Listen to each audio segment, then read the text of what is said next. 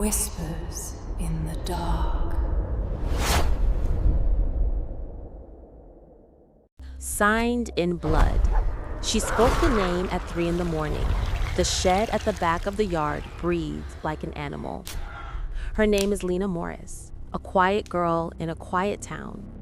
A dead-end road led to her family's worn house, and behind it stood the wooden outbuilding everyone called the prayer room.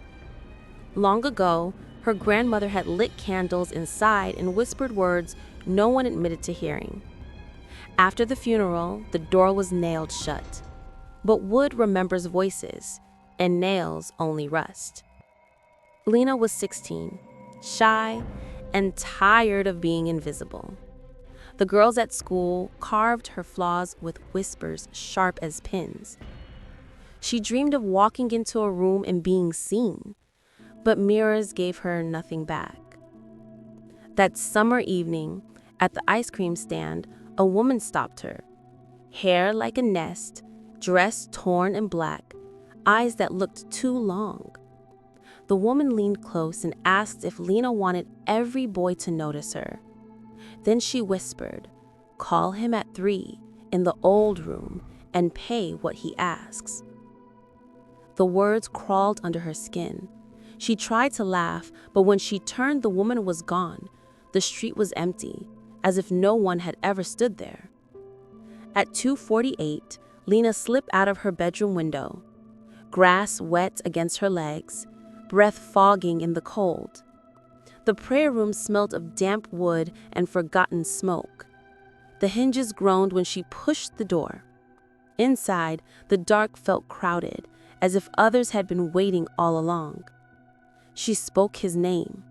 Dogs barked across the neighborhood, then stopped together, leaving a silence that rang in her ears. A draft pressed her skin like unseen fingers. Something listened. The next day, a black car appeared near the school. From it stepped a man too polished for a small town. Blonde hair combed like glass, eyes the color of ice water. He smiled as if he already knew her. His voice moved slow, thick as honey poured in winter. He told her he was a messenger, nothing more, and that debts make the world turn. He handed her a folded card with no writing, yet she read her name on it. When she blinked, it was blank again. That night, the collector came. She woke to a weight in the corner of her room. Hooves scraped the floor. Eyes glowed red above a mouth that should not exist. A black ledger pressed against her chest like a second heart. He stepped close, lifted her hand, and bit her finger. Warm blood welled up, smeared across a page that resisted the light. Letters burned her name into the paper.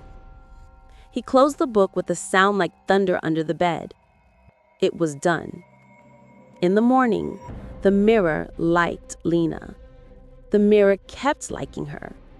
Her smile looked different. And behind her shoulder, just for a second, a page turned by itself in the empty air. She woke to praise.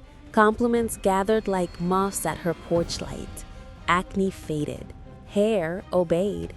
Teachers called on her first and smiled at the sound of her name. Laughs that used to land like pins now sounded like coins in a jar. Lena learned that attention feeds faster than food. It fills and it does not last.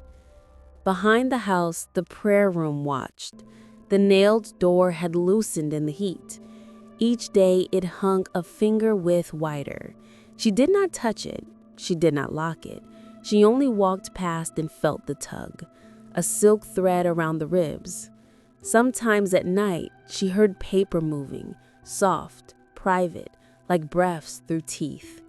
In glass, she saw herself arrive a heartbeat late, as if approval had to travel first and return with permission. Joseph Hart stepped into her story at a birthday party full of music and cheap lights. He was the kind of boy who could make a room forget the rest of the county existed. His jacket fit like a promise. He looked at her as if the floor had tilted. They spoke about nothing. Nothing felt like everything.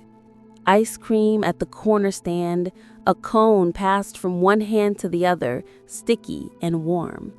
He brought a silver ring and a hopeful grin that was almost shy. Her heart stood very still so it would not be seen wanting. They married in a church that smelled of flowers and dust. Joseph said she should rest and shine. He said she should keep the house as a stage and herself as the lead. The money moved easily through new rooms and better mirrors. Lena smiled for photographs and practiced never looking surprised. The ledger never appeared, and that was how she knew it was working. A thing that collects does not wave. It watches the bowl fill. Still, little notices arrived. A shadow that refused to leave the corner when the lamp came on. A smudge on her fingertip that would not wash off until dawn. The polite click of a car door closing when the street was empty. On the mirror, fog without a shower. A question mark, then a straight line through it. The first crack came at the hospital. Time there moves in long squares and sudden alarms. She carried joy into the delivery room and carried silence out. The nurse whispered and could not meet her eyes. A doctor chose words like a man diffusing a wire. Someone turned off a monitor that had never learned to sing. Lena felt the air thin until the walls reached closer. She did not cry at first. There was no room for sound. On the far edge of the parking lot, a black car idled. Cameras watched everything except that corner. Its lights were not on. Its engine ticked as if counting. A figure stood beside the open trunk and read something that had no cover. Wind tugged at the page and felled. The figure did not turn. It did not need to turn to know she was looking. At home, Joseph moved like a man late to his own body. He poured whiskey for his hands instead of his mouth. He sat on the couch and stared at the blinked television until it stared back. When she touched his shoulder, he flinched, as if waking from someone else's dream. They spoke in sentences that ended before they finished. He left the lights on and the door unlocked. She stood in the kitchen and listened to the refrigerator hum and the house breathe, and the prayer room answer with a patient tap. That night, she dreamed of shelves that climbed forever. On each shelf, a ledger, black and identical, spine to spine. Names moved across the leather like ants over bark. A finger dragged down the list and left a groove. It paused at her own name and pressed until the page began to bleed. She woke with her hand under the pillow and found a paper cut she had not owned before. The cut was thin. It kept its own slow pulse. In the morning, the mirror loved her again. Love felt light. Love felt rented. She turned away and the reflection did not.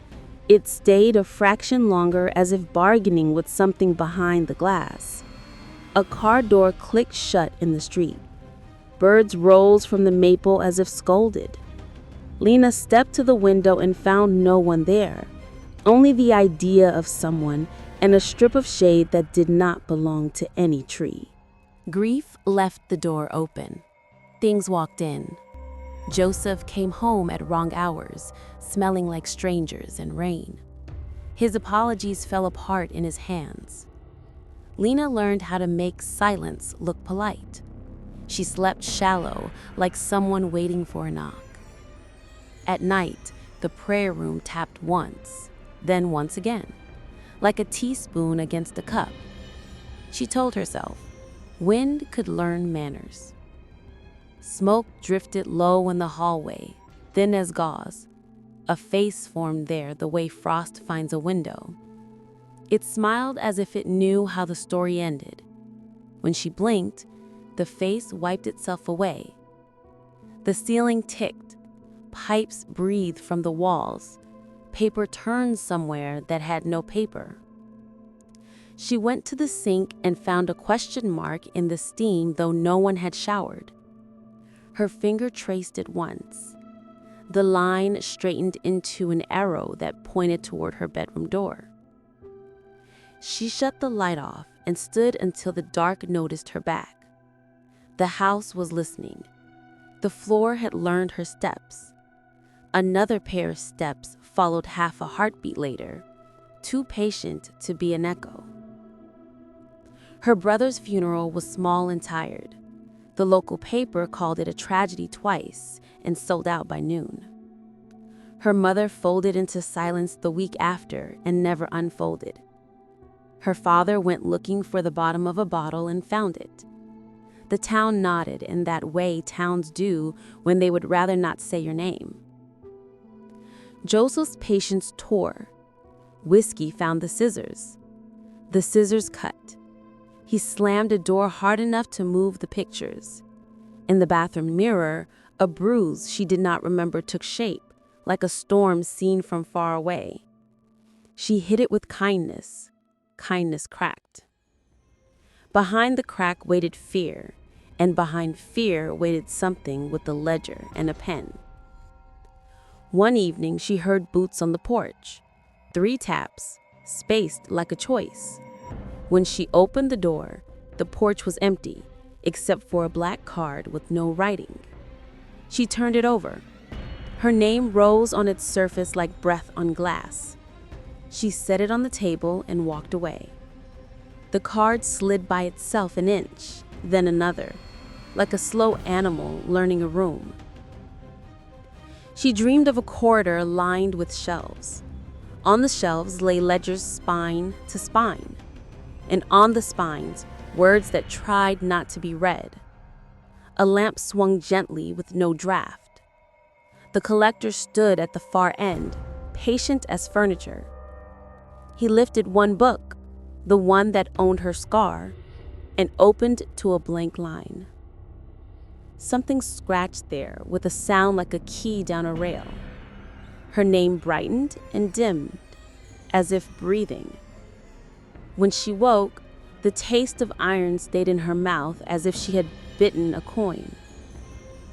She went to church with her aunt on a Sunday that forgot how to be warm. The pastor's hands were tired. He did not promise rescue. He promised argument. Some debts can be contested, he said, and some names can be crossed twice. He touched her forehead with oil that smelled like old wood and winter light.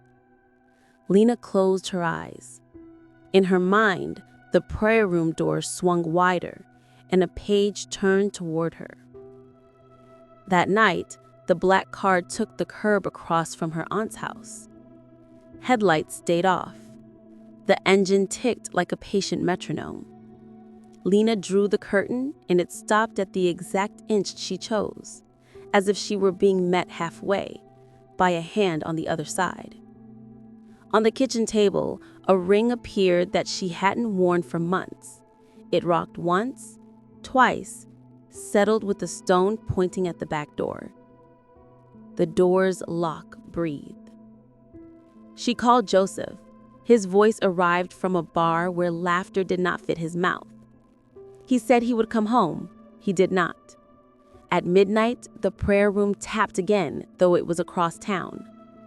Wind cannot learn streets, she thought, unless something teaches it. She stood in the hall and listened to the pages. They turned slowly, as if waiting for her to nod. She did not nod. She said one word instead, a word like no that did not wake the neighbors. The house held its breath. Somewhere, something smiled. The smile felt written in ink. Joseph came home loud and wrong. The argument began in the kitchen and found her name like a bruise you press to see if it still hurts. A plate broke. Another followed. He reached for the door, and the door reached back, rattling in its frame. Lena stood very still until stillness felt like a trick. The air thinned. Cold crept up from the floor as if the house had opened a vein to the weather. Smoke rose from the tiles and made a mouth. The mouth smiled without lips. It did not speak. It inhaled her fear and held it, curious. Lena's knees softened. The dark tilted. She fell sideways into a corridor of light that was only the kitchen bulb being tired. Hospital ceilings watched her wake. White tiles counted her breath. Machines blinked with gentle impatience. Aunt Ruth sat in a vinyl chair with her coat folded on her lap, as if she were holding a smaller, kinder person. Ruth's eyes were the color of worry worn thin. She signed forms, she signed again. Joseph was not there. Lena slept and dreamed of hoofs on linoleum, measured and polite.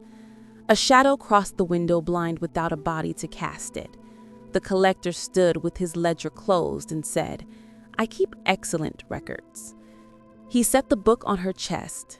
It felt heavier than a book should feel, heavy with the idea of every page.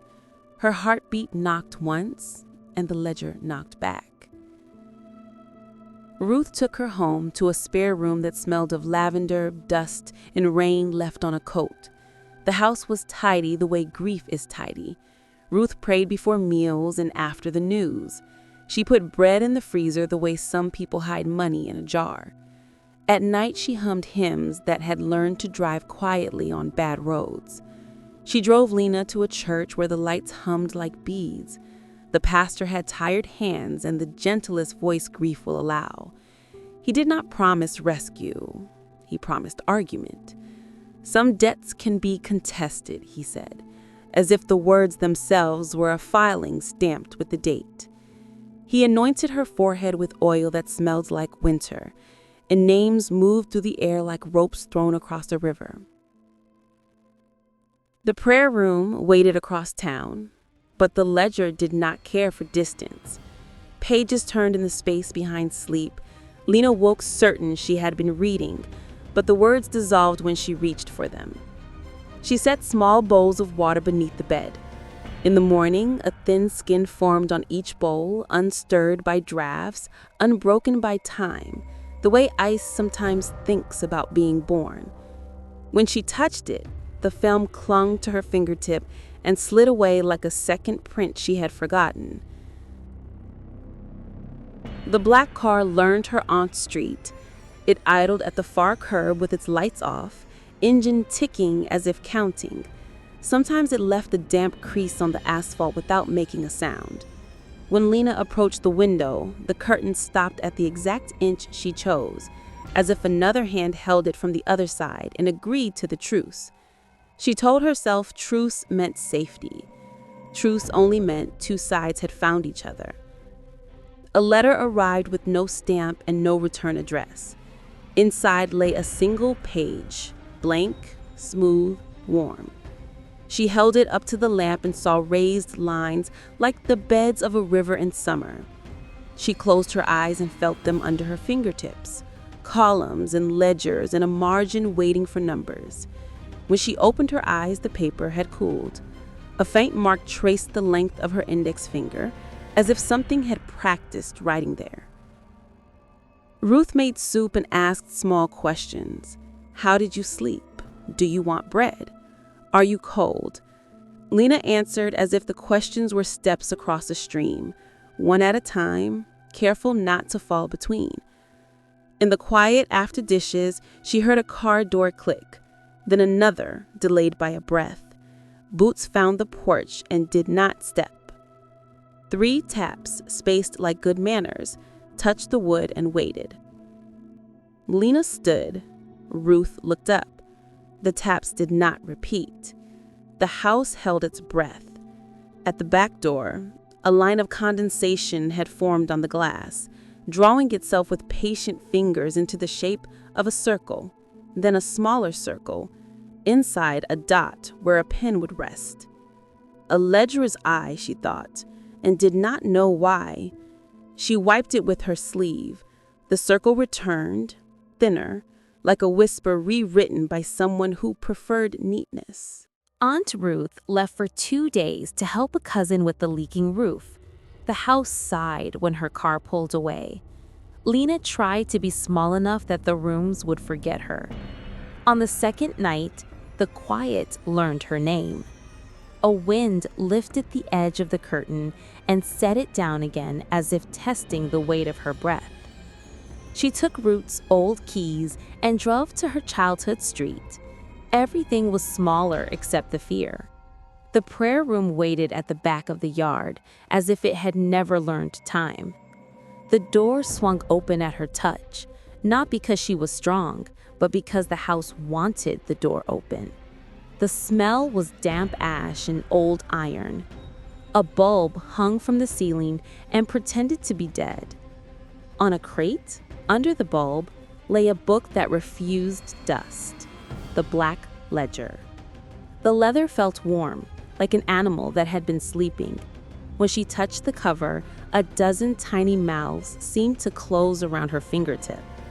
She pulled back, and every mouth let go at once. The cover flexed. A sigh escaped the spine. On the first page, her name gleamed like a burn. Beside it, a neat column ran downward in a hand that enjoyed itself. Attention, grace, appetite, influence. Then another column marked balances. Then a third called amendments. Some lines were dates. Others were times written without clocks. A final entry simply read, "Collection preferred in person." She spoke without deciding to. "I am done paying," she said, and her voice found no echo. Something answered anyway, a laugh thinned enough to slip under a door. A shadow hung on the far wall where no body stood, shaped like a tall man with a book against his chest. The bulb brightened and dimmed, as if it could not decide which world it belonged to. A phone rattled in her pocket. Unknown number. She almost let it die. The call did not die.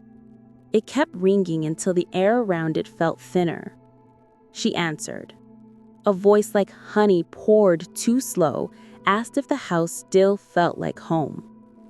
"Home is where we keep the ledger," it said, and the line clicked once as if a tongue had counted the word keep.